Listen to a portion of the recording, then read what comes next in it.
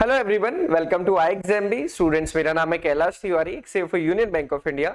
दोस्तों, नाबार्ड ग्रेड 2022 की जो रिक्रूटमेंट प्रोसेस है वो चल ही रही है। फेज 2 का एग्जामिनेशन 29 ऑफ अक्टूबर को होना है।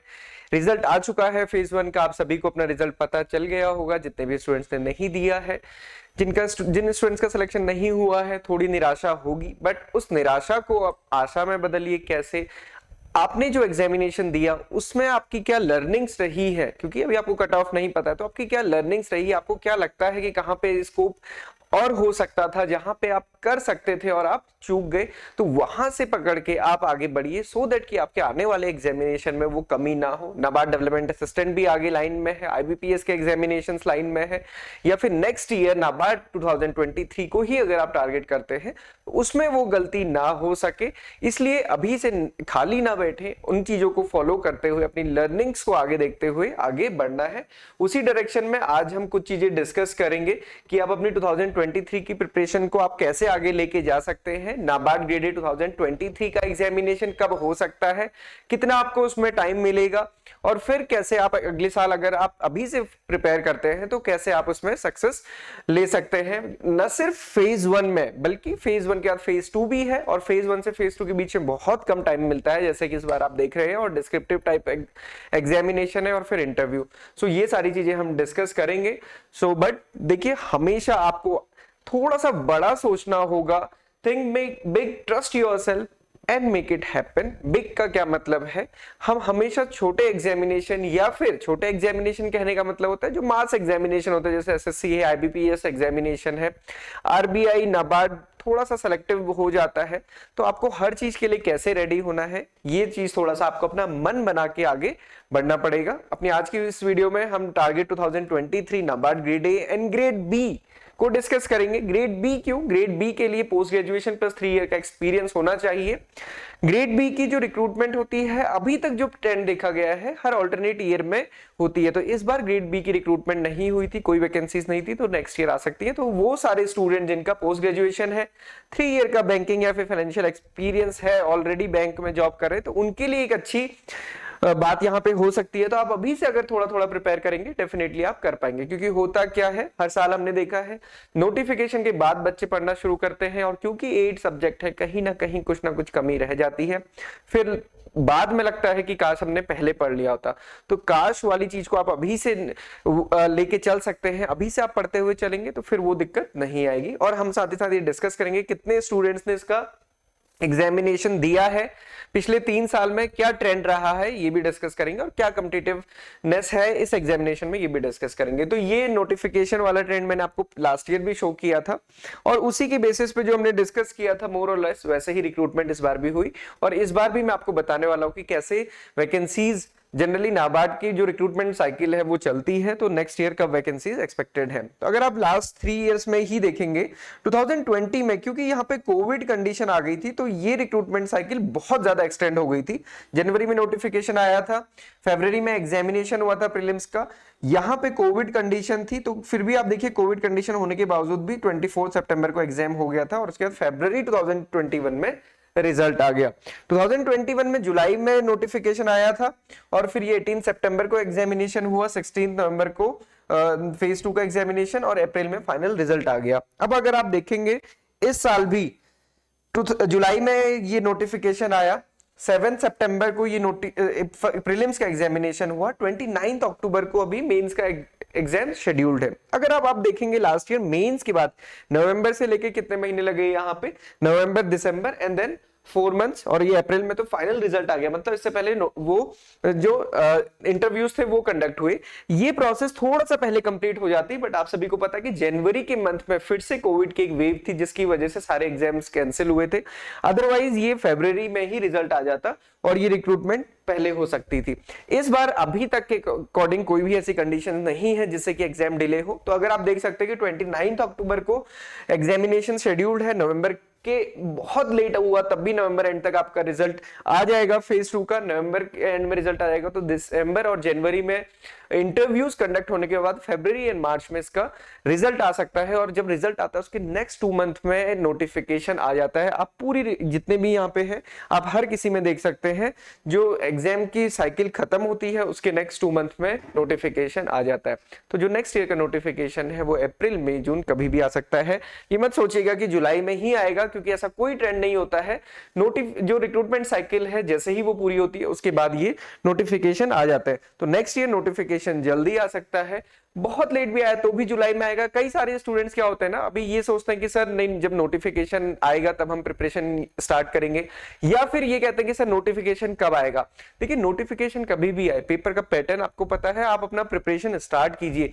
जिस दिन नोटिफिकेशन आएगा उस दिन आपको लगेगा कि फिर टाइम कम है, इसलिए मैंने आपको बता दिया है ट्रेंड के अकॉर्डिंग क्या चीज है। और ये पहले भी हमने डिस्कस किया था, लास्ट ईयर भी मेरे को याद है जुलाई की स्टार्टिंग में भी स्टूडेंट्स ने पूछा था कि सर नोटिफिकेशन कब आएगा। तो नोटिफिकेशन आने के बाद फिर हुआ कि सर अब तो दिन कम बचे, और ये सिर्फ इस साल नहीं हुआ, इस लास्ट ईयर भी यही कंडीशन थी। तो आप उसको अवॉइड करना है। जितने भी स्टूडेंट सीरियसली प्रिपेयर कर रहे हैं उनको अभी से पकड़ के चलना है, क्योंकि आपको 8 सब्जेक्ट्स और 8 सब्जेक्ट्स में बहुत अच्छे से प्रिपरेशन करनी है, एआरडी ईएसआई को ज्यादा फोकस करते हुए। अब हम आते हैं कि कितने स्टूडेंट नाबार्ड का एग्जामिनेशन देते हैं। तो अगर आप देखोगे तो आपको बहुत मतलब हैरान करने वाली ये बात है, क्योंकि जनरली जितने भी एग्जामिनेशन आज के टाइम पे हम देखते हैं, नंबर ऑफ एप्लीकेशन हर साल बढ़ती जाती है। और कई सारे स्टूडेंट ने मुझे ये भी कहा था कि सर क्योंकि अब तो इतनी ज्यादा अवेयरनेस हो गई है, यूट्यूब पे, इंस्टाग्राम, फेसबुक, हर जगह सोशल मीडिया पे इतना सारा है, तो बहुत सारे स्टूडेंट्स को अब नाबार्ड के बारे में पता होता है। तो वैकेंसीज के अकॉर्डिंग जो एप्लीकेशंस है पहले के कंपैरिजन में ज्यादा होते हैं। बट अब आप देख सकते हैं 2020 में, ये सब आरटीआई के अकॉर्डिंग है, और आरटीआई में भी आपको स्क्रीनशॉट्स दिखा दूंगा। 2020 में जो जनरल स्ट्रीम के लिए, मैं जनरल स्ट्रीम के लिए बात करूंगा और सारी कैटेगरी इसमें इन्वॉल्व है, प्रीलिम्स के लिए जो एप्लीकेशंस थी वो 66,000 थी। 2021 में ये 71,000 हुई, इंक्रीज हुई। 2022 में इस साल 60,806, लास्ट ईयर के कंपैरिजन में 11,000 सीट वो एप्लीकेशंस यहाँ पे कम रही है इस साल। तो ऐसा कोई ट्रेंड नहीं है कि अगले साल कंपटीशन बहुत ज्यादा बढ़ जाएगा, अचानक से बहुत ज्यादा स्टूडेंट आ जाएंगे, मोर और लेस कंपटीशन वही रहता है। अब एक चीज और देखिए कि जो लास्ट ईयर 71,000 एप्लीकेशंस थी उसमें से 39,994 स्टूडेंट्स ने अप्लाई किया, अपीयर किया, एग्जाम दिया।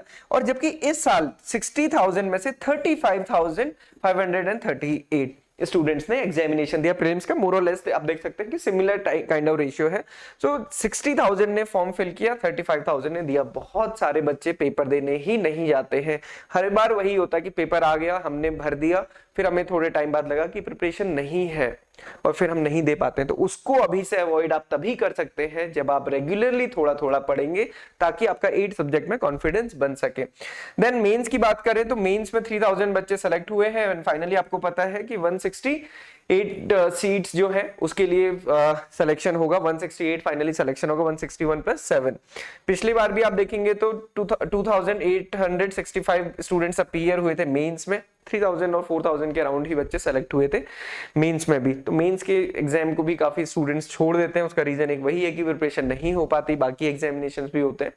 ये फाइनली ट्रेंड है। तो अब मेजरली आप यहाँ पे देख सकते हैं कि ऐसा कोई हमें बहुत ज्यादा कहते ना जो एक्सपोनेंशियल ग्रोथ यहाँ पे नहीं दिखी है, क्योंकि अभी भी वो डर होता है मन में कि एआरडी है, ईएसआई है, देन फेज 2 डिस्क्रिप्टिव है, डिस्क्रिप्टिव इंग्लिश है, इंटरव्यू है, बहुत लंबी प्रोसीजर है, या फिर बहुत डिफिकल्ट एग्जामिनेशन है। उस डिफिकल्ट को आप इजी तभी बना सकते हैं जब आप रेगुलरली थोड़ा थोड़ा पढ़ेंगे, और जब आप रेगुलरली थोड़ा थोड़ा पढ़ते हैं तो ट्रस्ट मी फिर ये इतना डिफिकल्ट नहीं रहता है। अब सबसे इंपॉर्टेंट ये चीजें आप सारी देख सकते हैं, ये सारे स्क्रीनशॉट मैंने यहाँ पे लगाए हैं आरटीआई के बेसिस पे। अब सबसे इंपॉर्टेंट क्वेश्चन आता है कि फिर हम कब शुरू करें, राइट टाइम क्या है प्रिपरेशन का। राइट टाइम वही होता है जिस टाइम आप सोचना शुरू करते हैं। तो अभी राइट टाइम है। आप अगर 1 महीने बाद सोचेंगे तो भी आपके लिए राइट टाइम है, एग्जाम नोटिफिकेशन के आने के बाद सोचेंगे तब भी वो राइट टाइम है, बट मेहनत आपको अकॉर्डिंगली करनी पड़ेगी। तो अभी से अगर आप करते हैं प्रिपरेशन शुरू, और न सिर्फ बाकी स्टूडेंट जो बैंकर्स हैं, क्योंकि होता क्या है ना, बैंक वाले जितने भी स्टूडेंट्स हैं या बैंक के एम्प्लॉइज जितने भी हैं, यानी नोटिफिकेशन आने के बाद सब फॉर्म फिल करते हैं और फिर डिस्कशन भी होता है, और फिर उसके बाद ये होता है कि अब ना पढ़ाई होगी नहीं क्योंकि दिन कम बचे हैं और बाकी आपका जो दिन भर का वर्किंग प्रेशर है वो सारी चीजें रहती है। तो उस चीज को आप अभी से अवॉइड कर सकते हैं अगर आप रेगुलरली थोड़ा थोड़ा पढ़ते हुए आगे बढ़ेंगे तो। ओके, देन कैसे स्टार्ट करना है, तो मैं इसके लिए बोलूंगा सबसे पहले प्रीवियस ईयर पेपर देखिए। कोई भी स्टार्ट कर रहा है, कभी भी स्टार्ट कर रहा है, सबसे पहले प्रीवियस ईयर पेपर देखिए, सो दैट कि आपको पता रहे कि किस टाइप का पेपर आता है। 2022 का पेपर थोड़ा डिफिकल्ट था 2021 के कंपैरिजन में। शिफ्ट 1 शिफ्ट 2 आपको दोनों हमारी वेबसाइट में मिल जाएंगे, डिस्क्रिप्शन बॉक्स में हमने लिंक भी दिया है। आप अटेम्प्ट कीजिए और फिर देखिए कि आपकी प्रिपरेशन कैसी इसमें हो रही है, या फिर आपको किस किस सब्जेक्ट में कैसे कैसे प्रिपरेशन करनी है। और जब आप प्रिपरेशन करेंगे तो आपको पता चलेगा कि हाँ, इस टाइप का क्वेश्चन वहां पे पूछा गया था। ये एक टेंटेटिव रहता है, लास्ट ईयर भी मैंने ये शेयर किया था कि इस टाइप से स्टडी प्लान आप कर सकते हैं। रोज अपने जितना भी टाइम दे सकते हैं, 2 घंटे दे सकते हैं 2 घंटे पढ़िए, 4 घंटे दे सकते हैं 4 घंटे पढ़िए। इसको डिवाइड कीजिए ARD ESI GA वर्सेस जो नॉन क्वालिफाइंग पार्ट है या फिर जो नॉन मेरिट पार्ट है। मेरिट पार्ट में ये है, ये सिर्फ क्वालिफाइंग पार्ट है।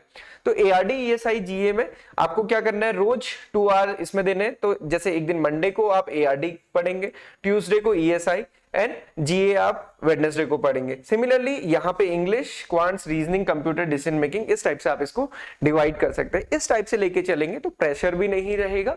बाकी एग्जामिनेशन के साथ, बाकी पढ़ाई के साथ, अपनी जॉब के साथ भी आप इसको प्रिपेयर कर सकते हैं। इसका स्क्रीनशॉट लेके आप अपनी प्रिपरेशन कर सकते हैं या बेसिकली समझ सकते हैं।